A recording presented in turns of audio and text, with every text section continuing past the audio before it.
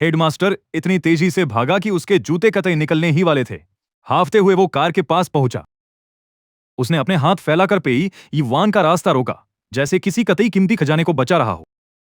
गलतफहमी, ये सब बस एक कतई छोटी सी गलतफहमी है। डीन ऑफ एजुकेशन ने कतई जबरदस्ती वाली मुस्कान अपने चेहरे पर चिपका ली। बिल्कुल सही, मिस पेई। बच्चों का आपस में खेलना कूदना तो कतई नॉर्मल है। बस वो लोग खेल खेल में कतई थोड़ा बहक गए थे। खेलना। पेई इवान जो अपना चश्मा घुमा रही थी, कतई अचानक रुक गई। उसने धीरे से अपना सिर घुमाया और कतई ऊपर से नीचे तक डीन को घूरा। इसे तुम खेलना कहते हो? पेई इवान ने अपने पीछे खड़े मेरी तरफ कतई उंगली से इशारा किया। मैं कतई 2 मीटर दूर बड़ी दयनीय हालत में खड़ा था। मेरी सफेद शर्ट पर लगा खून कतई गहरा लाल हो चुका था। पैंट के पीछे वाला बड़ा छेद हवा में लहरा रहा था, जिससे मेरा कार्टून भालू वाला अंडरवियर साफ दिख रहा था। और हाथ का वो नीला निशान कतई अभी डेस्क के कोने से टकराने की वजह से था। फिर तो चलो मैं भी तुम्हारे साथ थोड़ा कतई खेल लेती हूं। पेई इवान कतई अचानक एक कदम आगे बढ़ी, जिससे डीन डर के मारे 3 कदम पीछे हो गया। ये तुम्हारी पैंट उतारकर तुम्हें कुर्सी से कतई चिपका देगा, फिर तुम्हारे हाथ पर कट लगाकर खून बहने देगा। उसके बाद ये बोलेगा कि ये सब तो कतई हमारा बॉन्ड मजबूत करने के लिए था। क्या तुम्हें खुशी होगी? डीन का चेहरा कतई हरा पड़ गया और वो बिना एक शब्द बोले हकलाने लगा। मिस पेई, ये वैसी बात नहीं है। कैसे वैसी बात नहीं है? पेई युआन ने कतई बिना रुके उस पर दबाव बनाना जारी रखा। क्या इसलिए क्योंकि उसके बाप की कोयले की खान है, या तुम्हें लगता है कि मेरा छोटा भाई कतई सॉफ्ट टारगेट है? जब मैंने क्लासरूम में कदम रखा तो सारा शोर शराबा कतई अचानक बंद हो गया। यहां तक कि होमरूम टीचर, जो हाथ में चौक पकड़े हुए थे, कतई हवा में ही जम गए। सबकी नजरें खिड़की के पास वाली चौथी रो की उस खाली सीट पर टिकी थी। वो कभी वांग जिनबाओ की सीट हुआ करती थी, पर अब वो कतई खाली थी। वहां से डेस्क और कुर्सी भी हटा दिए गए थे। मैं बड़ा आराम से अपनी सीट की तरफ बढ़ा। मेरा जो पिछला डेस्कमेट था, उसे इस बॉडी के असली ओनर से पंगे लेना बहुत पसंद था, पर अब वो कतई कांप रहा था और कोने में दुबक कर स्नैक्स का ढेर मेरी तरफ सरकाने लगा। क्लासमेट गुईबा, क्या तुम्हें थोड़े ओरियो चाहिए? मैंने उस स्नैक्स के ढेर को देखा और मन ही मन हंसा। क्या मैं इतना डरावना हूं? अभी तो मुझे एन की दीदी द्वारा सिखाई गई स्किल्स दिखाने का मौका भी नहीं मिला। सब अभी से ही इतने डरे हुए क्यों हैं? अनडिफिटेड होना भी गिरती हुई बर्फ की तरह कतई अकेला एहसास है ब्रो। बड़े प्यार से मना करने के बाद मैंने कतई शरीफ और पढ़ाकू बच्चे की तरह अपने बैग से बुक्स निकाली। आज एक सरप्राइज टेस्ट था। टीचर आखिरकार अपने होश में आए और कांपते हाथों से टेस्ट पेपर्स बांटने लगे। जब टेस्ट पेपर मेरे पास पहुंचा तो टीचर का हाथ ऐसे कांप रहा था जैसे उन्हें पार्किंसंस हो गया हो। क्लासमेट गुई, बस जो समझ आए लिख देना। अगर नहीं आता तो भी कोई बात नहीं, कतई चिल है। वो सच में डरे हुए थे, कहीं इस नन्हे आका को टेस्ट मुश्किल लगा और इसने जाकर लियो दीदी से शिकायत कर दी तो उनका बोरिया बिस्तर कतई गोल हो जाएगा। मैंने टेस्ट पेपर पर एक नजर डाली। तीसरी क्लास का चिंदी लेवल का टेस्ट था। भाई मैं तो एकदम स्पीचलेस हो गया। क्या यही लेवल है एक नोबल स्कूल का? ये तो सीधे सीधे मेरी आईक्यू की बेइज्जती है यार। 10 साल की उम्र में मैं ली ग्रुप की फाइनेंशियल रिपोर्ट समझ लेता हूं और अब तुम मुझसे ये चिल्लर चीजें कैलकुलेट करवा रहे हो। मैंने एक लंबी सांस ली, अपना पेन उठाया और बस यूं ही कुछ लाइंस लिख दी। भाई इस पूरे काम को निपटाने में मुझे 30 सेकंड से भी कम का टाइम लगा। उसके तुरंत बाद मैंने पेपर पलटा और बोनस क्वेश्चन के नीचे एक छोटी सी लाइन लिख दी।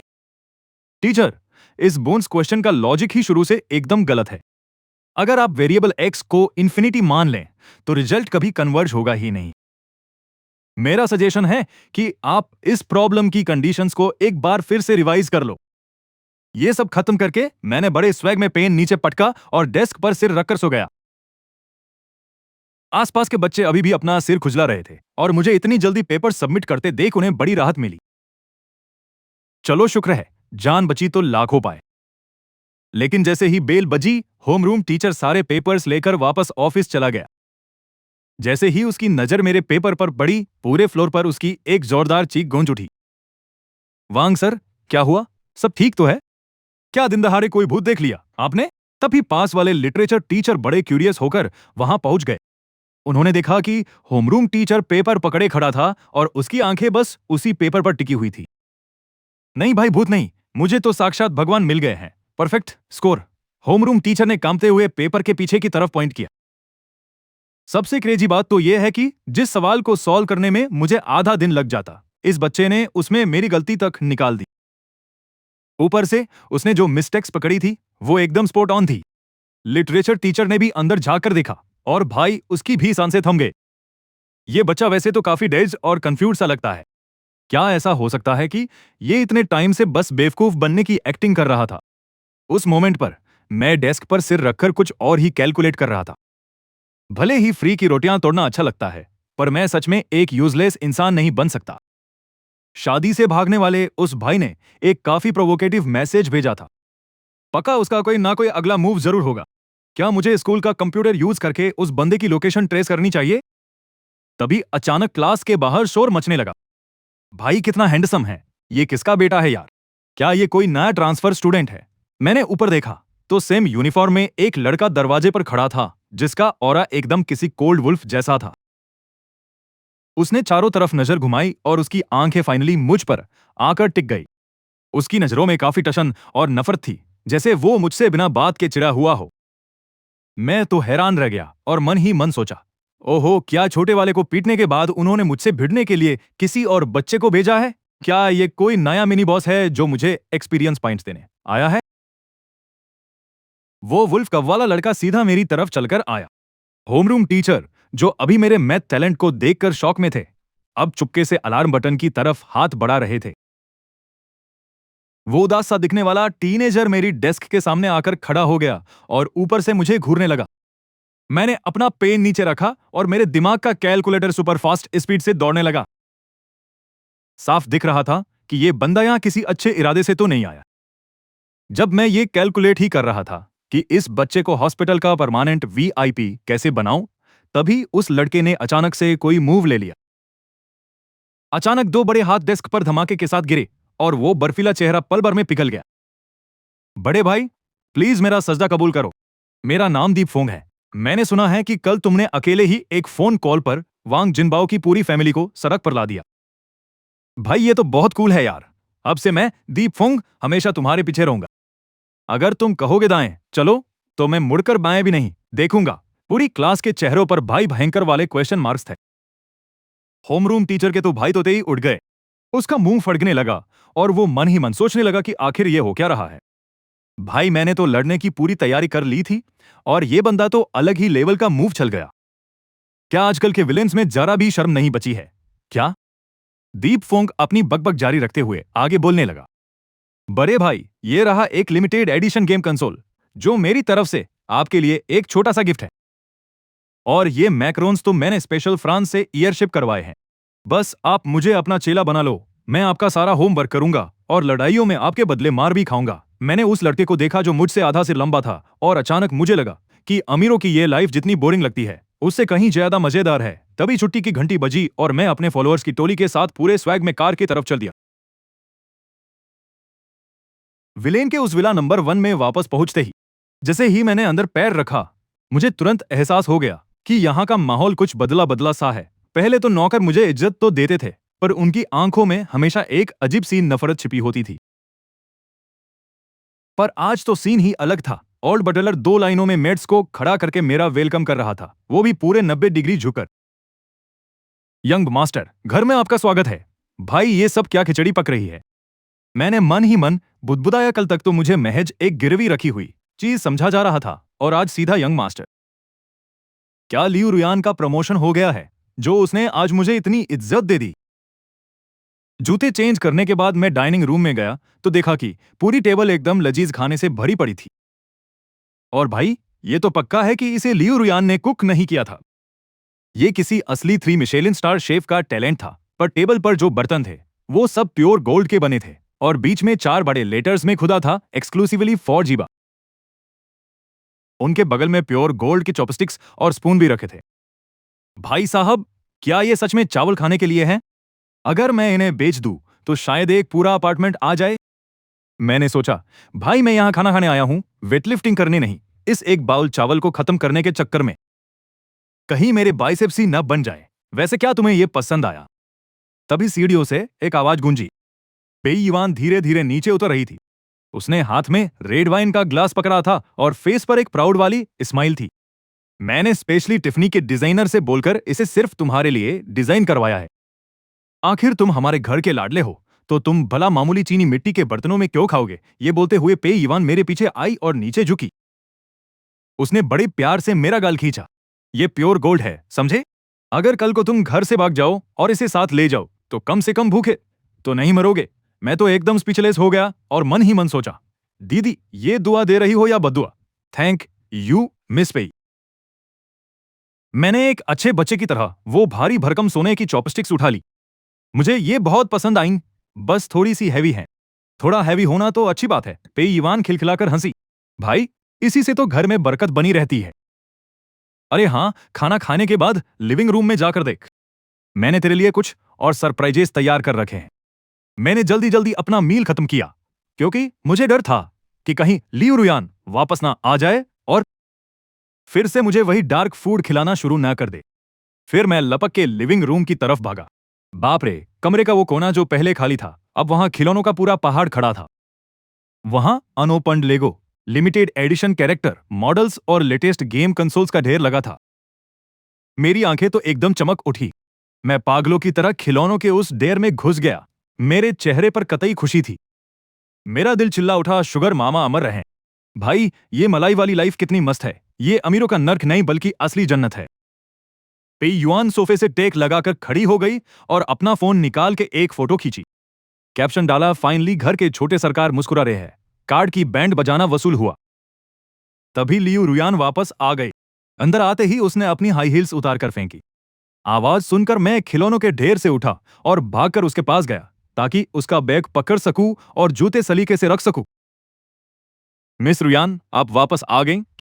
आप थक गई होंगी। मैंने अपना नन्हा सा हाथ बढ़ाया ताकि लियू रुयान से वो डॉक्यूमेंट ब्रीफकेस ले सकूं। पर लियू रुयान ने झटके से अपना हाथ पीछे खींच लिया और मुझे इग्नोर कर दिया। मैं तो एकदम हक्का बक्का रह गया। अगर मैं उनके साथ जेल अप नहीं कर पाया तो क्या होगा? लियू रुयान ने बिना ऊपर देखे अपने डॉक्यूमेंट का एक पेज पलटा। तो उन्हें तुम्हारे साथ खेलने दो। किन्हाई में ऐसी कोई जगह नहीं है जिसे लियू फैमिली हैंडल न कर सके। भाई, एकदम डोमिनेटिंग। ये होता है एक टॉप कांग्लोमरेट का कॉन्फिडेंस। भाई, मुझे तो प्यार हो गया है। कतई लट्टू हो गया हूं मैं। लेकिन अगले ही पल लियू रुयान की बातों ने सडनली यूटर्न ले लिया। तभी उसने आखिरकार ऊपर देखा और उसकी वो बर्फीली नजरें सीधा मेरी आंखों में गड़ गई। ताकि तुम सिर्फ अपने घर वालों के भरोसे बैठने वाले निकम्मे न बन जाओ, मैंने हेडमास्टर से पहले ही बात कर ली है। तुम्हारे रिकॉर्ड्स में गार्जियन वाले सेक्शन में लिखा होगा, लियू कॉर्पोरेशन का कोई दूर का रिश्तेदार। इसका मतलब है कि स्कूल में किसी को पता नहीं चलेगा कि तुम लियू मैशन से आए हो और किसी को यह भी नहीं पता होगा कि मैं तुम्हारी बहन हूं। तुम बस एक नॉर्मल ट्रांसफर स्टूडेंट हो। भाई, मुझे पता था ऐसा ही कुछ होगा। ये औरत इतनी भली कैसे हो सकती है? क्या किसी पावर फंतासी कहानी के हीरो को शुरू से ही अपनी आइडेंटिटी रिवील करके टचन नहीं दिखाना चाहिए? इसने तो सीधे सीधे मेरे आधे चीट कोड्स ही डिसेबल कर दिए। मेरे चेहरे की स्माइल वही फ्रीज हो गई और मेरा मुंह अपने आप फटने लगा। दीदी, क्या ये कुछ ज्यादा ही हम्बल नहीं हो गया? अगर उन रईजादों ने मुझे नीचा दिखाया और मेरा बॉयकॉट कर दिया तो? लियू रुयान ने अपना कॉफी कप नीचे रखा और थोड़ी आगे की तरफ झुकी। उसने अपनी पतली इंडेक्स फिंगर बढ़ाई और बड़े प्यार से मेरी ठुड्डी ऊपर उठाई। अगर ऐसा होता है तो इससे बस ये साबित होगा कि तुम एकदम यूजलेस हो। लियू फैमिली कचरा नहीं पालती। ये घूरना बंद करो। बच्चे को मत डराओ। लियू रुयान की आवाज अब भी ठंडी थी, पर उसमें साफ वार्निंग झलक रही थी। जैसे उसने मेरे दिल की पुकार सुन ली हो। लियू रुयान। वो हल्की सी साइड हुई और धीरे से एनकी का रास्ता ब्लॉक कर दिया। ये घूरने वाला स्टाइल बंद करो। बच्चे को मत डराओ। लियू रुयान की आवाज अब भी ठंडी थी और उसमें हल्की सी वार्निंग थी। फट्टू कही के एनकी धीरे से हंसी और उसने अपना स्कैल्पल वापस रख लिया। वो पास आई, उसकी हाई हील्स फर्श पर खटक रही थी और उसने मेरी ठुड्डी ऊपर उठाई। उसकी उंगलियां एकदम बर्फीली थी और उनमें से डिसइंफेक्टेंट की स्मेल आ रही थी। इतने डरपोक हो फिर भी स्कूल में पंगा लेने की हिम्मत कर ली। इतने फट्टू हो फिर भी उस 300 पाउंड के मोटे को गुस्से से बेहोश कर दिया। बच्चे, मैंने वो वीडियो देख लिया है जो पे युआन ने पोस्ट किया था। एन की मेरे कान के पास झुकी और उसकी सांसें मेरे कान को छूने लगी। नॉट बैड परफॉर्मेंस, नन्हे ग्रीन टी। भाई, मेरी पूरी बॉडी एक पल में फ्रीज हो गई। धत तेरे की, क्या इस औरत के पास माइंड रीडिंग पावर्स हैं क्या? या फिर मेरी एक्टिंग कुछ ज्यादा ही ओवर द टॉप हो गई थी? जो भी हो, जब तक मैं फट्टू बनने का नाटक करूंगा, कोई मुझे पकड़ नहीं पाएगा। मैंने झटके से अपना चेहरा छिपा लिया और लियू रुयान की गर्दन को कसकर पकड़ लिया और कसर पूरी करने के लिए थोड़ा कांपने भी लगा। तभी ब्रेक्स की एक जोरदार चीख ने विला की शांति को भंग कर दिया। मैंने देखा कि एक पीली मेबैक बड़े टशन में गेट की तरफ आ रही थी और वो लगभग लियू रुयान की रोल्स रॉयस से भिड़ने ही वाली थी। इतनी रात को छोटा भाई कहां निकल रहा है? पीछे से एक आवाज आई। मैं एकदम फ्रीज हो गया और किसी रोबोट की तरह अपना सिर घुमाया तो देखा एन की हॉल के आखिर में दरवाजे से टेक लगाकर खड़ी है। एन की दीदी। मैंने जोर से थूक गटका और तुरंत एक शरीफ बच्चे वाला एक्सप्रेशन बना लिया। मैं बस अपने रूम में सोने जा रहा था। कल स्कूल जाना है ना। जल्दी सोना और जल्दी जागना हेल्थ के लिए अच्छा होता है। सोना। एनकी ने अपनी एक भौं ऊपर उठाई और मेरे सामने आकर खड़ी हो गई।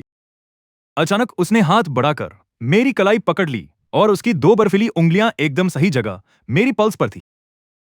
हार्ट रेट 120, पुतलियां सिकुड़ी हुई, एड्रेनालिन एकदम हाई है। ये बोलते हुए एन की अपना चेहरा और करीब ले आई।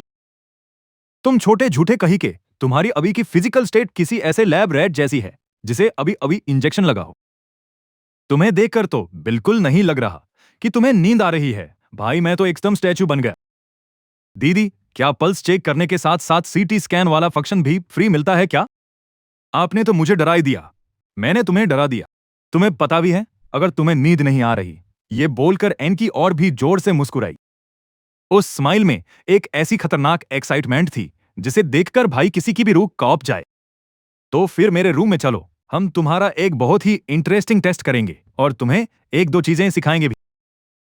ये बोलकर उसने सीधे मुझे बगल वाले रूम की तरफ खींचना शुरू कर दिया। भाई, उसकी ताकत तो कतई डरावनी थी। किसी किडनैप हुए बच्चे की तरह मेरे पैर कारपेट पर घिसट रहे थे। भाई, इज्जत की तो पूरी वाट लग गई थी। अरे रुको एनकी दीदी, मुझे नहीं जाना।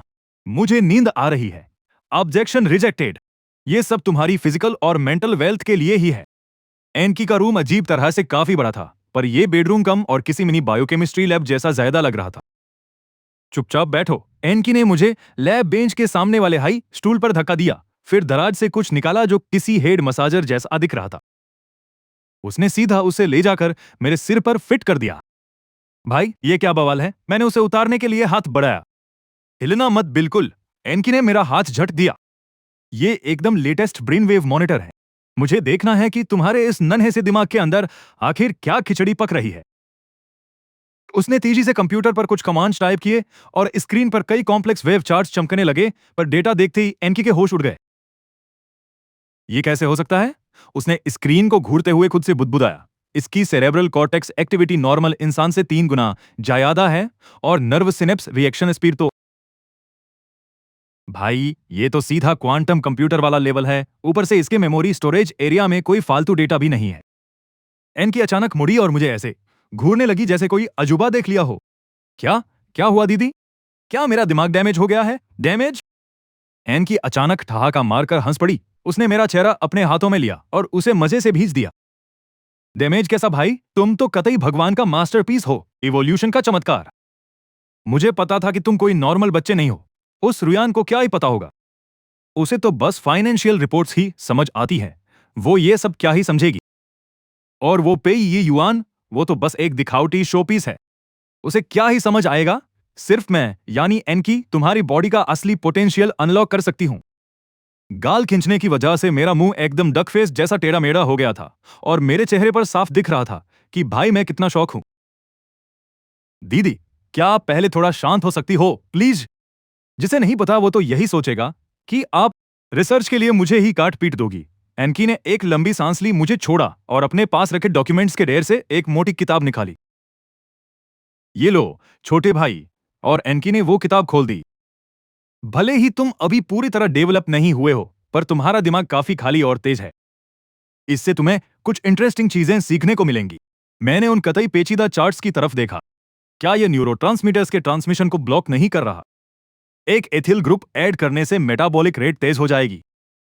बस एक नजर डालते ही मेरे मुंह से अनजाने में निकल गया, अगर यहां एक एथिल ग्रुप ऐड कर दें तो क्या इससे ऑनसेट टाइम घटकर सिर्फ 3 सेकंड रह जाएगा। अचानक वहां एकदम सन्नाटा छा गया और एनकी, जो अपनी एक्सप्लेनेशन शुरू करने ही वाली थी, वहीं स्टैचू बन गई। उसने अचानक अपना सिर झुकाया और उसकी नजरें उसी जगह गड़ गई जहां मैंने किताब पर इशारा किया था। ओह माय गॉड, ये मेडिकल प्रोडिजी अब खुद को रोक नहीं पाई। उसने तुरंत सिर उठाया और उसकी नजरें मेरी तरफ एकदम बदल चुकी थी। तुम्हें ये सब समझ आता है? एनकी की आवाज तक अब हल्की सी कांप रही थी। मुझे कुछ समझ नहीं आ रहा। मैंने अपनी बड़ी बड़ी गोल आंखें झपकाई, मेरे चेहरे पर कतई मासूमियत थी।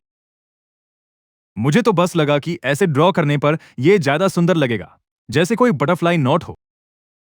मजा आ गया। स्कूल के पहले ही दिन मुझे कतई परफेक्ट स्कोर मिलने वाला है। ओए मोटे बच्चे, तू तो खुद चल के अपनी तबाही के रास्ते पर आ गया है।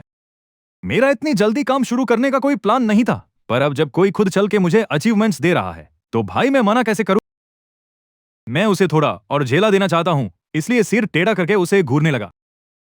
तुम्हारी बातें सुनकर तो लग रहा है तुम कतई रईस हो, तो भाई मुझे किसी मिशेलिन स्टार रेस्टोरेंट में दावत पर क्यों नहीं ले जाते? क्या तुम्हारी पॉकेट मनी सिर्फ एक सॉसेज खरीदने लायक ही है? बड़े अफसोस की बात है यार। और हाँ, यहां एक बहुत गंदी स्मेल भी आ रही है। लगता है ये तुम्हारे मुंह से ही आ रही है। क्या तुम्हें इतनी भूख लगी थी कि तुम्हें स्ट्रॉबेरीज खाने के लिए वॉशरूम जाना पड़ा? सबको यकीन ही नहीं हो रहा था कि मुझ जैसे मासूम और प्यारे दिखने वाले बच्चे की जुबान इतनी कतई जहरीली हो सकती है। उस गोल मटोल लड़के का चेहरा गुस्से से एकदम लाल हो गया। क्या बोला तूने? तेरी हिम्मत कैसे हुई मुझसे ऐसे बात करने की? उसने डेस्क से एक इरेजर उठाया और पूरी जान लगाकर मेरी तरफ फेंका। भाड़ में जाओ ए गरीब भिखारी। मैं वहां से हिला तक नहीं, क्योंकि मैंने क्लास के दरवाजे पर उस हेडमास्टर को देखा जो अभी किसी वीआईपी के साथ वहां से गुजर रहा था। अगर अभी ये मुझे लग जाए और फिर मैं कतई ड्रामेबाजी के साथ जमीन पर गिरकर 2-4 आंसू बहा दूं, भाई क्या सीन होगा। चलो आ जाओ इरेज बाबू, अपना काम दिखाओ। ये तुम्हारी लाइफ का सबसे शानदार मोमेंट होने वाला है। अगर निशाना चूक गया ना, तो मैं तुम्हें और भी ज्यादा हेट करूंगा। वो इरेजर हवा में एक टेढ़ा मेढ़ा सा रास्ता बनाते हुए आगे बढ़ा। उसका टारगेट सीधा मेरा कतई कीमती सिर था। मेरी अभी की एबिलिटीज के हिसाब से इरेजर तो छोड़ो, अगर कोई बुलेट भी होती। चलो बुलेट तो शायद नहीं, पर इस कतई स्लो चीज को तो मैं आंखें बंद करके भी 2 उंगलियों से पकड़ सकता था। पर मैं हिला तक नहीं, क्योंकि मैंने अपनी आंख के कोने से देखा कि खिड़की के बाहर वही गंजा हेडमास्टर किसी सूट बूट वाले अंकल के साथ वहां से गुजर रहा था। उस मिडिल एज्ड आदमी की अकड़ वाली चाल से लग रहा था कि वो या तो बोर्ड मेंबर है या एजुकेशन ब्यूरो का कोई बड़ा ऑफिसर। भाई, ऊपर वाले ने सुन ली। मैं फालतू में परेशान हो रहा था कि इन बदतमीज बच्चों को सबक सिखाने का बहाना कैसे ढूंढूं, पर ये तो खुद चलकर बलि चढ़ने आ गए। ओए मोटे बच्चे, तेरा ये थ्रो तेरे बाप को अपनी आधी जायदाद से हाथ धुलवा सकता है। मेरे होठों पर एक हल्की सी मुस्कुराहट आई जो लगभग ना के बराबर थी और फिर तुरंत गायब हो गई। जैसे ही इरेजर मेरे माथे से टकराने वाला था, मैंने अपना गेम खेला डोज करने के बजाय मैंने अपना सिर जानबूझकर थोड़ा सा आगे कर दिया। ठक, एक तेज आवाज आई और तुरंत बाद ऐसा लगा जैसे मुझे किसी ने जोरदार मुक्का मारा हो। मैं लड़खड़ाते हुए 2 कदम पीछे हटा, हवा में कतई ओवरएक्टिंग करते हुए लहराया और आखिर में धड़ाम से क्लासरूम के फर्श पर गिर गया। हाँ, मेरी वो कतई दर्दनाक और बेबस वाली चीख सुनकर क्लास में जो पागलों वाली हंसी चल रही थी, वो अचानक सन्नाटे में बदल गई। वो सोने की चेन वाला मोटा बच्चा जो अभी सॉसेज के इनाम के लिए चिल्ला रहा था, अभी भी फेंकने वाले पोज में ही खड़ा था। उसका चेहरा कतई कंफ्यूजन से भरा था। मैंने मैंने तो ज्यादा जोर भी नहीं लगाया था। उसने पहले अपने हाथ को देखा, फिर मुझे, जो फर्श पर बिना हिले डुले पड़ा था। ये तो पक्का स्कैम है भाई, ये साला पक्का एक्टिंग कर रहा है। तभी धड़ाम क्लास का दरवाजा बड़े जोर से खुला। वो हेडमास्टर जो बाहर हवाबाजी कर रहा था, उसका चेहरा अब सफेद पड़ चुका था और पसीने से लथपथ होकर वो अंदर भागा। उसके पीछे वो मोटा आदमी था जो कतई शौक में दिख रहा था। ये क्या बकवास चल रही है? हेडमास्टर की चीख ही निकल गई। जिसे लियू रुयान खुद छोड़ने आई हो, वो लियू कॉर्पोरेशन का कोई दूर का रिश्तेदार ही होगा। भले ही सीईओ लियू ने कहा था कि किसी स्पेशल ट्रीटमेंट की जरूरत नहीं है, पर अगर हेडमास्टर उनकी बात को सच मान लेता तो भाई उसके दिमाग में ही कोई लोचा होता। अभी उसे क्लास में आए 5 मिनट भी नहीं हुए थे। और मेरी नाक के नीचे किसी ने उसका सिर फोड़ दिया। अगर ये बात जिन हाई की उस लेडी विलन लियू रुयान के कानों तक पहुंच गई तो भाई ये हेडमास्टर कल किसी पुल के नीचे फोन के टेम्पर्ड ग्लास चिपकाता हुआ मिलेगा। बेटा गुई, क्या तुम ठीक हो? पर्दों के पीछे एक सिलुएट जैसा कुछ दिख तो रहा था, पर भाई अब मुझे रत्ती भर भी फर्क नहीं पड़ रहा था। अगर खेलना ही है तो कतई बड़ा खेलेंगे। आधी रात का टाइम था। एक आदमी बेसबॉल कैप और मास्क लगाए कोने में दुबक कर स्मोकिंग कर रहा था। वो बार बार अपनी घड़ी चेक कर रहा था और मुंह ही मुंह में गालियां बक रहा था। ये नन्हा यंग मास्टर अभी तक बाहर क्यों नहीं आया यार? लोग तो कह रहे थे कि इसे उल्लू बनाना कतई इजी है। क्या आप मेरा ही वेट कर रहे हो अंकल? अंकल!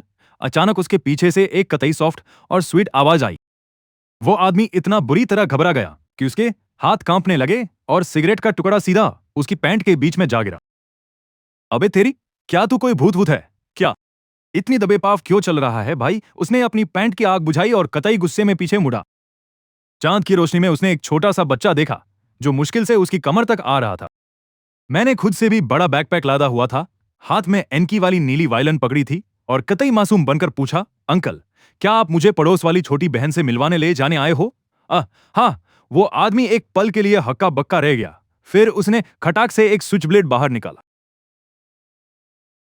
ओए छोटे बच्चे, तू तो कतई स्मार्ट निकला। वो लड़की अब मेरे कब्जे में है। अगर अपनी सलामती चाहता है तो सारा कीमती सामान मेरे हवाले कर दे और चुपचाप कुछ लाख से करोड़ रुपए मेरे अकाउंट में ट्रांसफर कर, वरना तेरा वो हाल करूंगा कि मैंने अपना सिर टेढ़ा करके उसकी तरफ देखा। बस इतना ही। मतलब एंड में ये बस एक मामूली सी रॉबरी निकली। मुझे तो लगा था कि कोई इंडस्ट्रियल जासूसी या किसी रेस खानदान के बदले वाला कतई खतरनाक प्लॉट होगा। शिट यार, फालतू में इमोशंस वेस्ट हो गए। वरना क्या, मैं एक कदम आगे बढ़ा और मेरी उन बड़ी बड़ी गोल आंखों में डर बिल्कुल नहीं था, बल्कि कतई एक्साइटमेंट दिख रही थी। वरना क्या, मैं एक कदम आगे बढ़ा और मेरी उन बड़ी बड़ी गोल आंखों में डर बिल्कुल नहीं था, बल्कि कतई एक्साइटमेंट दिख रही थी। मेरी वैसी नजरों को देखकर उस आदमी के रोंगटे ही खड़े हो गए। भाई, ये स्क्रिप्ट कुछ ठीक नहीं लग रही। क्या कोई नॉर्मल बच्चा देखकर, चाकू देखकर तो उसकी पैंट गीली हो जानी चाहिए थी, है ना? वरना मैं इससे पहले कि वो अपनी बात पूरी करता, मैंने अपना हाथ उठाया और स्प्रे कर दिया। एक हल्की नीली धुंध तुरंत उसकी नाक के अंदर चली गई। अरे अरे, ये क्या चीज है? क्या ये ग्रीन गॉड परफ्यूम है? उस आदमी ने उसे सूंघा और जैसे ही वो मेरा मजाक उड़ाने वाला था, अचानक उसकी आंखों की पुतलियां फैल गई।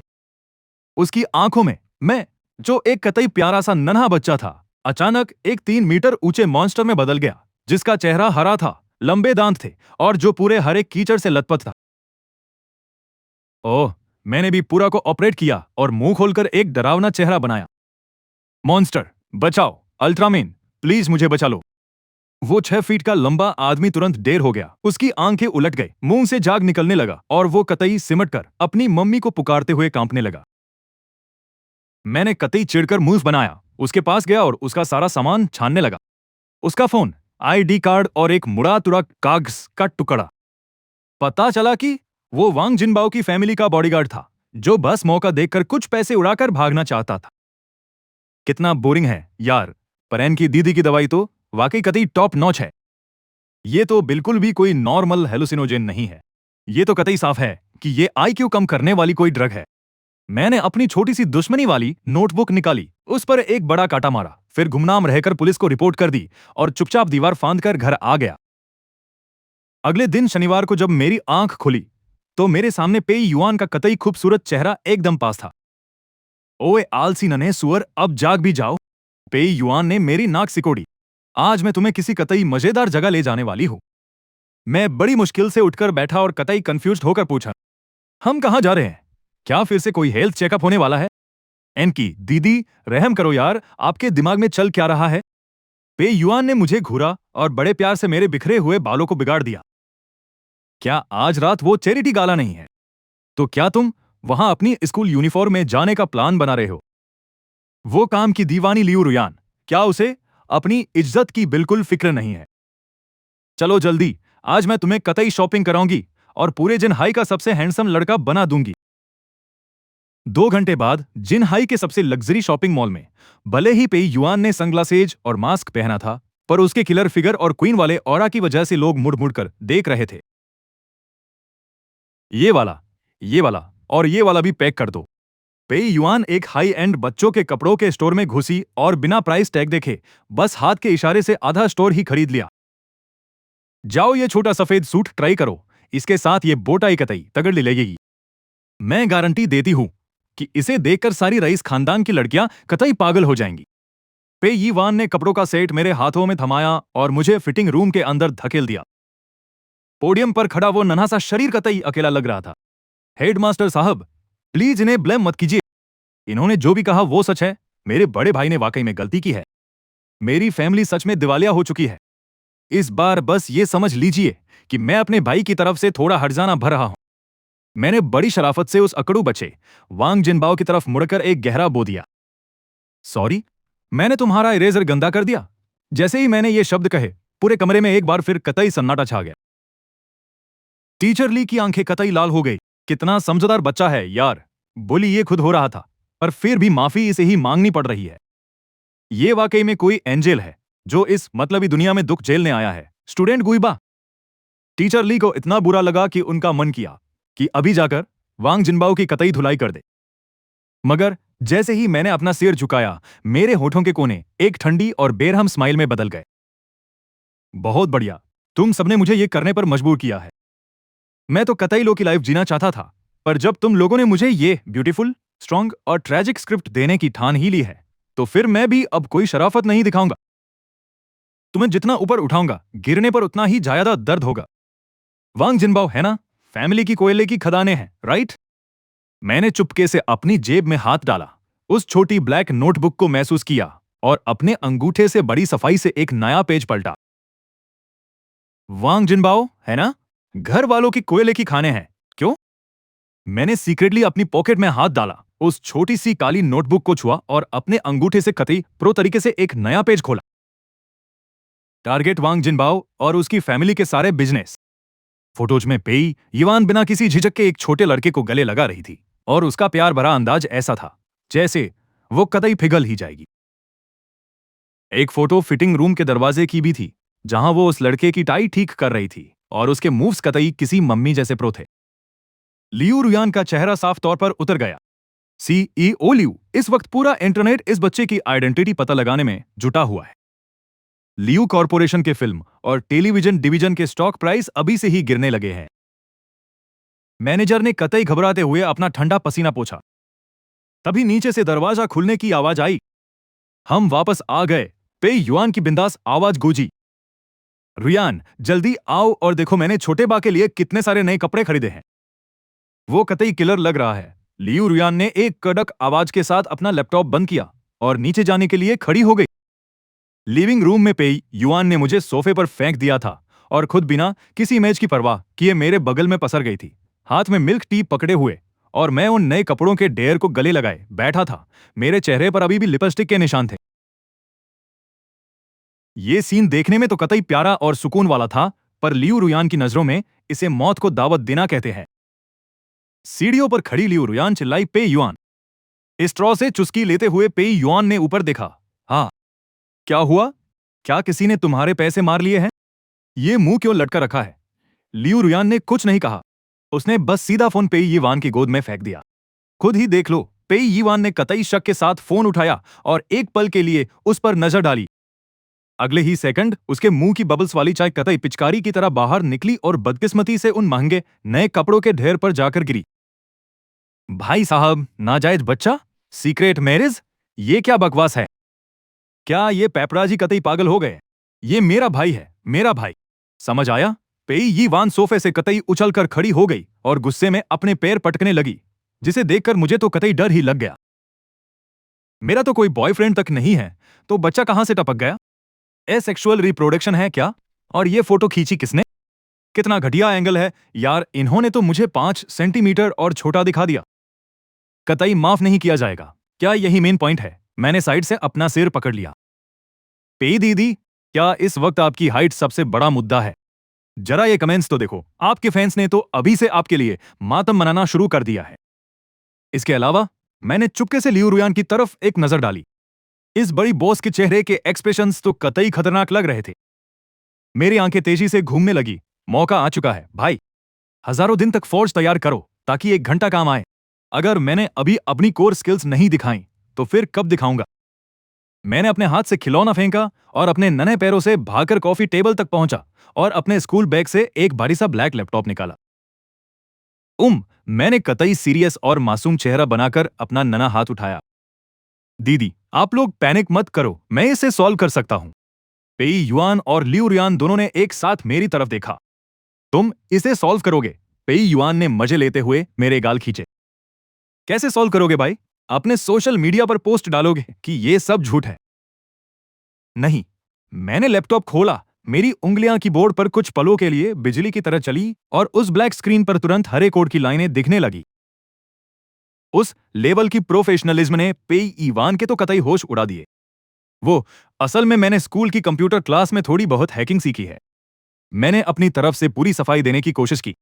मैं उन न्यूज साइट्स के सिस्टम को हैक कर सकता हूं, फोटोज डिलीट कर सकता हूं और साथ ही उनके सारे आईपी एड्रेस ब्लॉक करके एक छोटा प्रोग्राम लिख सकता हूं जो पब्लिक ओपिनियन बदल दे। ट्रेंडिंग कीवर्ड्स को पेई वन अपने छोटे भाई को लाइफ एक्सपीरियंस करवाने ले गई। मैं बदल दूंगा, फिर अपनी बचपन की कुछ फोटोज डाल दूंगा और ये गलतफहमी कतई आराम से सुलझ जाएगी। मैं जितना बोल रहा था उतना ही एक्साइटेड होता जा रहा था। मेरी उंगली एंटर की के ऊपर मंडरा रही थी। काम्पो इंसानों, अब मैं तुम्हें एक टॉप टियर हैकर की हैंड स्पीड दिखाता हूं। जैसे ही मैं ये बटन दबाऊंगा, ऑनलाइन पब्लिक ओपिनियन मेरे हाथों का खिलौना बन जाएगा। मगर जैसे ही मेरी उंगली बटन दबाने वाली थी, अचानक एक हाथ मेरे लैपटॉप के ढक्कन पर आ गिरा। एक तेज आवाज के साथ लैपटॉप बंद हो गया। मैं कतई सन रह गया और मैंने हाथ के ओनर की तरफ ऊपर देखा। लियू रुयान ऊपर से कतई ठंडी नजरों से मुझे देख रही थी। तुम्हें इन चीजों को हाथ लगाने की परमिशन किसने दी? लियू रुयान की आवाज शांत थी, पर उसमें एक ऐसी अथॉरिटी थी जिसे कोई मना नहीं कर सकता था। मैं तो बस हेल्प करना चाहता था। मैंने कतई बुरा मानकर अपना हाथ पीछे खींच लिया। बड़ी दीदी, मैं आपके पीआर का खर्चा बचा रहा हूं। क्या आपको पता भी है कि एक टॉप हैकर को हायर करने में कितने पैसे लगते हैं? मैं आपके लिए फ्री में काम कर रहा हूं और आप अभी भी खुश नहीं हो? जरूरत नहीं है। लियू रुयान ने लैपटॉप उठाया और पास खड़े बटलर को पकड़ दिया। इसे रख दो। आगे से इसे इलेक्ट्रॉनिक चीजों को ज्यादा हाथ मत लगाने देना। इससे इसकी आंखों पर बुरा असर पड़ेगा। फिर वो मुड़कर पेई युआन की तरफ देखने लगी। रही बात इस ट्रेंडिंग टॉपिक की, तो लियू रुयान ने कतई ठंडी हंसी हंसी। तुमसे इतनी छोटी सी बात भी हैंडल नहीं होती क्या? लियू कॉर्पोरेशन उस पीआर डिपार्टमेंट को खाली बैठने के पैसे देती है? इतना ही नहीं, लियू रुयान मेरे पास आई और नीचे बैठकर मेरे चेहरे पर लगा वो लिपस्टिक का दाग पोंछने लगी। उसका तरीका तो कतई जेंटल था, पर बातों में एक नसीहत वाली टोन थी। बच्चे को बच्चे की तरह ही रहना चाहिए। अगर आसमान गिरता भी है तो बड़े उसे संभाल लेंगे। तुम्हें बस दूध पीना है, सोना है और कतई जल्दी बड़े होना है। वो घटिया चीजें, साजिशें, ये कोड्स और कैलकुलेशन, इनकी टेंशन लेने की तुम्हारी बारी अभी नहीं आई है। मैंने लियू रुयान के चेहरे को देखा जो मेरे कतई करीब था। ये औरत साफ तौर पर एक बेरहम कैपिटलिस्ट है, पर जब ये प्रोटेक्टिव होती है तो कतई कातिल क्यों लगती है? समझ आया? लियू रुयान ने मेरे कान के निचले हिस्से को प्यार से मरोड़ा। मैंने कतई शरीफ बनकर सिर हिलाया। समझ गया। रुयान दीदी कतई डोमिनेटिंग है। लियू रुयान खड़ी हुई, अपना फोन निकाला और एक नंबर डायल किया। 10 मिनट के अंदर मुझे सारे ट्रेंडिंग टॉपिक्स कतई साफ चाहिए। साथ ही उन मीडिया आउटलेट्स को लॉयर का लेटर भेज दो जो अभी बहुत ज्यादा उछल रहे थे। उन्हें इतना सू करो कि वो कतई दिवालिया हो जाएं। और जिस पेपराजी ने वो फोटो ली थी जिसमें पेई युआन सिर्फ 1.5 मीटर की लग रही है, उसका कैमरा तोड़ दो, उसे डबल हर्जाना दो और उसे जियान हाई से कतई बाहर लात मार दो। उसने फोन काट दिया। लियू रुयान ने पेई युआन की तरफ देखा जो अभी भी वहां कतई बुद्धू बनकर खड़ी थी। अब वहां खड़ी खड़ी क्या देख रही हो? जाकर अपने कपड़े बदलो। अगर आज रात चैरिटी गाला में तुमने वो हुडी पहनने की हिम्मत की तो देख लेना, वो तुम्हारी अगली फिल्म की फंडिंग रोक देंगे। पेई युआन तुरंत होश में आई, अपने फोन को गले लगाया और चिल्लाई, हाँ, डोमिनेटिंग लियू, कतई पावरफुल लियू, मैं तुम्हारी दीवानी हो गई। मैं सोफे पर बैठा वीबो को कतई शांत होते देख रहा था और मन ही मन आहें भर रहा था। क्या ये कोई सुपर पावर है? ये तो कतई खौफनाक सेटिस्फाइंग है लगता है। इस घर में मेरी हैकिंग स्किल्स सिर्फ गेमिंग के ही काम आएंगी। खैर, मैंने अपनी जेब में रखी उस छोटी नोटबुक को छुआ। आज रात चैरिटी गाला में मेरे भागे हुए दूल्हे भाई के पुराने यार और वो रईस खानदान जो गुई फैमिली का मजाक उड़ते देखना चाहते हैं, उनसे निपटना कतई आसान नहीं होगा। पैसा पूरी दुनिया का मुंह बंद कर सकता है, पर कुछ थप्पड़ जब तक अपने हाथ से ना मारो तब तक कतई सुकून नहीं मिलता। गुईबा, लियू रुयान ने अचानक मुझे आवाज दी। जल्दी से अपने कपड़े बदलो, गाड़ी बाहर इंतजार कर रही है।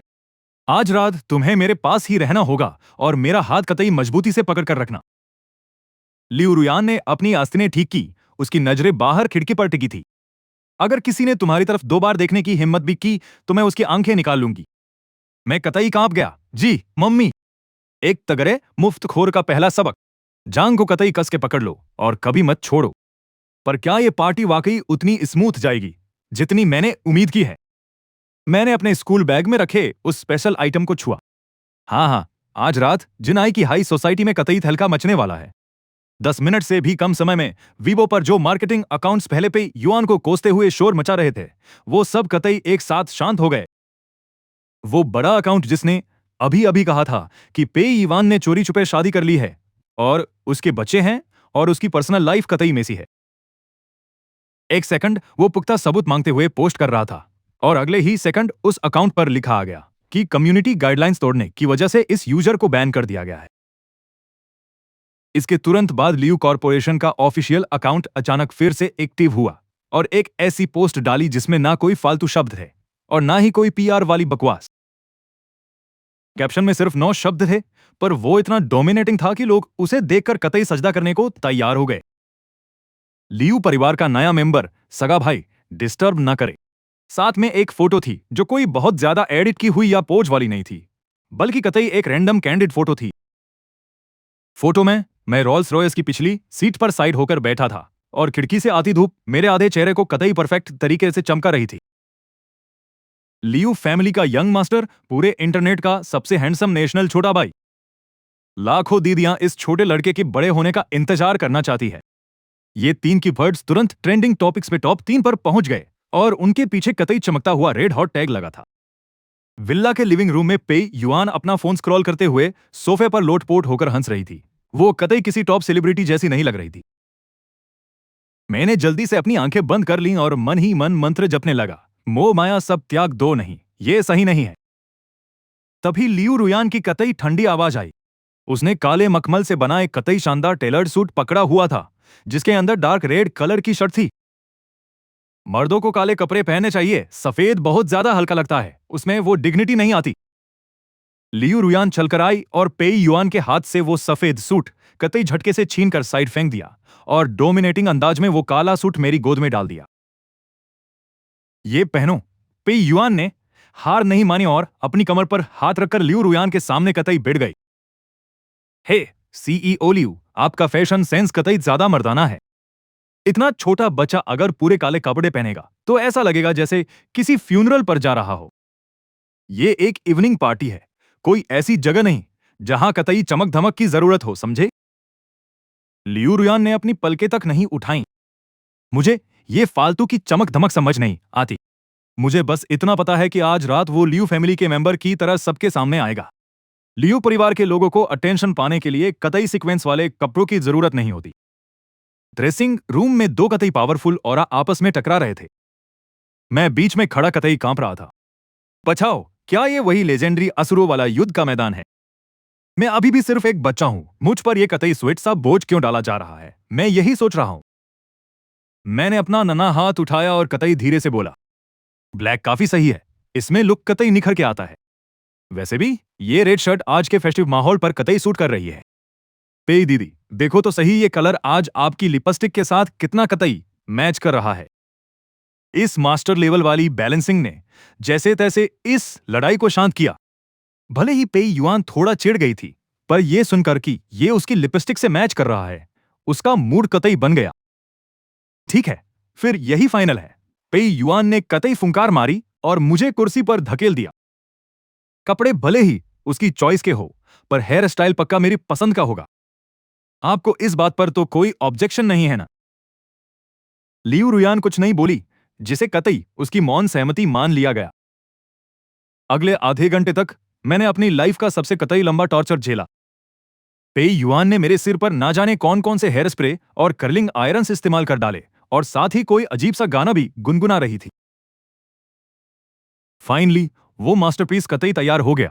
पे युआन ने चुटकी बजाई और आईने को मेरी तरफ घुमा दिया। मैं आईने में अपनी शक्ल देखकर कतई हक्का बक्का रह गया। मेरे वो सॉफ्ट बाल अब कतई स्टाइल में पीछे की तरफ सेट थे, जिससे मेरा माथा साफ दिख रहा था।